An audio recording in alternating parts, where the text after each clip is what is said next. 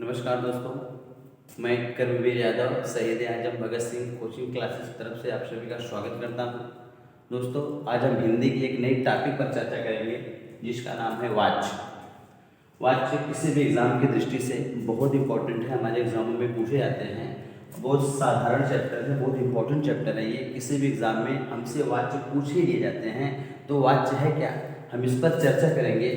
मुझे पता होना चाहिए वाच्य को अंग्रेजी में क्या कहते हैं। वाच्य को अंग्रेजी में वॉइस कहते हैं, हिंदी में इसको आवाज़ कहते हैं। वाच्य है क्या, तो वाच्य का शाब्दिक अर्थ होता है बोलना। वाच्य का शाब्दिक अर्थ होता है बोलना। जो वाच्य है ये संस्कृत भाषा का शब्द है। ये वाच्य संस्कृत भाषा का शब्द है। इसको अंग्रेजी में वॉइस कहते हैं, हिंदी में आवाज़ कहते हैं। वाच्य माने होता है बोलना, वाच्य माने बोलना होता है। इसको हिंदी में आवाज़ कहते हैं, अंग्रेजी में वॉइस कहते हैं। और जो वाच्य है ये संस्कृत भाषा का शब्द है। तो वाच्य माने होता है बोलना। वास्तव में हम वाच्य की परिभाषा को क्या कह सकते हैं। वाच्य है क्या, किसी भी वाक्य को कहने की विधि। किसी भी वाक्य, कोई वाक्य है उसको कहने की जो विधि है वही क्या कहलाता है, वाच्य कहलाता है। तो मुझे पता होना चाहिए, या हम इसको एक डिफिनेशन और दे सकते हैं कि वाच्य क्रिया का वह रूपांतरण है जिसके द्वारा यह पता चलता है कि वाक्य में किसकी प्रधानता है, कर्ता की प्रधानता है या कर्म की प्रधानता है या भाव की प्रधानता है। तो वाच्य यह बताता है कि वाक्य में किसकी प्रधानता है। कोई भी वाक्य होगा, वाक्य में किसकी प्रधानता है, कर्ता की प्रधानता है कि कर्म की प्रधानता है कि भाव की प्रधानता है। जिसकी प्रधानता होती है उसको उस रूप में कह दिया जाता है। तो यही क्या कहलाता है, वाच्य कहलाता है। साफ साफ शब्दों में हम कह सकते हैं कि किसी भी वाक्य को कहने की विधि या रीति को, माने विधि या रीति को संस्कृत में इसको वाच्य कहा जाता है। तो वेरी मोस्ट इंपोर्टेंट है, वाच्य 3 प्रकार के होते हैं। मुझे पता होना चाहिए वाच्य कितने प्रकार के होते हैं। वाच्य 3 प्रकार के होते हैं। पहला कर्तवाच्य है, दूसरा कर्मवाच्य है, तीसरा भाववाच्य है। हमारे एग्जामों में यहाँ से प्रश्न हमसे पूछ ले जाते हैं। तो बहुत आसान है ये, इनको समझना बहुत आसान है, करना कुछ नहीं है। जैसा इनका नाम है वैसा इनका काम है। तो मुझे पता होना चाहिए कि कर्तवाच्य, कर्मवाच्य और भाववाच्य ये वाच्य के 3 प्रकार हैं। पहला आपका क्या है, कर्तवाच्य है। कर्तवाच्य नाम से स्पष्ट है। कर्त माने कर्ता, कर्म माने कर्म, भाव माने, देखिए भाव को क्या कहते हैं भैया, वर्ब क्रिया कहते हैं। भाव को हम वर्ब क्रिया कह सकते हैं। कर्म क्या है, कर्म कहते किसे हैं, जो वर्ब क्रिया से इफेक्टिव हो उसे क्या कहते हैं, कर्म कहते हैं। और कर्ता क्या है, कार्य करने वाला कर्ता कहलाता है। तो मुझे पता होना चाहिए कि जब किसी भी वाक्य में कर्ता की प्रधानता हो, कोई वाक्य होगा उसमें कर्ता की प्रधानता होगी और कर्ता होगा। तो जब किसी भी वाक्य में कर्ता की प्रधानता हो तो ऐसे वाक्यों को कर्तवाच्य कहते हैं। और कर्मवाच्य क्या है, जब किसी भी वाक्य में कर्म की प्रधानता हो, माने कोई वाक्य होगा उसमें कर्ता न होकर के कर्म की प्रधान, माने कर्ता की प्रधानता न होकर के कर्म की प्रधानता होगी, तो उस वाक्य में कर्म की प्रधानता होगी। तो ऐसे वाक्यों को कर्मवाच्य कहते हैं। और भाववाच्य क्या है, जब किसी भी वाक्य में एक भाव की प्रधानता होगी, उसमें एक भाव उत्पन्न होगा, तो ऐसे वाक्यों को भाववाच्य कहा जाता है। हम एग्जाम्पल्स के जरिए से इनको समझेंगे। कर्तवाच्य क्या है, कर्मवाच्य क्या है, भाववाच्य क्या है, हमारे लिए बहुत इंपॉर्टेंट है, बहुत साधारण भी है। हमने यहाँ लिख भी दिया है, कर्ता की प्रधानता, कर्तवाच्य में कर्ता की प्रधानता, कर्मवाच्य में कर्म की प्रधानता, भाववाच्य में भाव की प्रधानता होती है। अभी आप एग्जाम्पल आप देखेंगे तो आप ऑटोमेटिक समझ जाएंगे वास्तव में है क्या ये। जैसे अगर हम कर्तवाच्य की बात करेंगे, कर्तवाच्य जो हमारा कर्तवाच्य है, मैंने भी आपको बताया कि जिस किसी भी वाक्य में कर्ता की प्रधानता होती है, कर्ता मुख्य होता है, कर्ता विशेष रूप से उपस्थित होता है, तो वह क्या कहलाता है, कर्तवाच्य कहलाता है। जैसे राम पढ़ता है, राम पढ़ता है, वे कौन पढ़ता है, राम पढ़ता है। यहाँ राम मुख्य है, यहाँ राम की प्रधानता हो रही है, राम करता है, यहाँ कर्ता की प्रधानता हो रही है। अगर कह दिया जाए पिताजी बाजार जा रहे हैं, पिताजी बाजार जा रहे हैं, बाजार जा रहे हैं, तो कौन बाजार जा रहा है, पिताजी। तो पिताजी बाजार जा रहे हैं, तो पिताजी यहाँ क्या है, कर्ता है, मुख्य है। अगर आपसे पूछा जाए कौन बाजार जा रहा है, पिताजी बाजार जा रहे हैं। कौन पढ़ रहा है? राम पढ़ता है। कौन बाजार जा रहा है? पिताजी। तो जब किसी भी वाक्य में कर्ता हो और कर्ता की प्रधानता हो, जैसे मैं जाऊंगा, मैं क्या है? कर्ता है। कौन जाएगा? मैं पढ़ूंगा, कौन पढ़ेगा? माने मैं पढ़ूंगा, तो मैं क्या हूँ? मैं कर्ता है। तो जब किसी भी वाक्य में कर्ता हो और कर्ता की प्रधानता हो, जैसे अगर आपसे और कह दिया जाए सोहन विद्यालय जाएगा, सोहन विद्यालय जाएगा, वेरी मोस्ट इंपॉर्टेंट है। ये विद्यालय जाएगा, कौन विद्यालय जाएगा? सोहन। यहाँ सोहन की बात की जा रही है, तो विद्यालय कौन जाएगा? सोहन। तो यहाँ सोहन करता है, और ये आपका सोहन कर्ता होने के नाते इसमें कर्तृवाच्य है और कर्ता की प्रधानता है, इस नाते से इसको क्या कहेंगे? कर्तृवाच्य कहेंगे। हम कर्मवाच्य की बात करेंगे। हम समझ रहे हैं, आप सब कुछ समझ में आ रहा होगा, बहुत आसान है ये, केवल आप लोग 2 मिनट दीजिए, आप लोग आसानी से समझ जाएंगे। दूसरा क्या है हमारा? कर्मवाच्य। कर्मवाच्य क्या है? जब किसी भी वाक्य में कर्म की प्रधानता हो, जैसे समझिए गीत गाया गया, इसमें कर्ता न होकर के डायरेक्ट कर्म होगा, इसमें कर्ता नहीं होता है बल्कि कर्म होते हैं और कर्म की प्रधानता होती है, तो ऐसे वाक्यों को क्या कहा जाता है? कर्मवाच्य कहा जाता है। मुझे पता होना चाहिए कर्म कहते किसे हैं? जो क्रिया से इफेक्टिव हो, प्रभावित हो, उसे क्या कहते हैं? कर्म कहते हैं। जैसे कह दिया जाए पानी पिया गया, पानी पिया गया, पानी पिया गया, ये क्या पिया गया? पानी। पानी क्या है? कर्म है।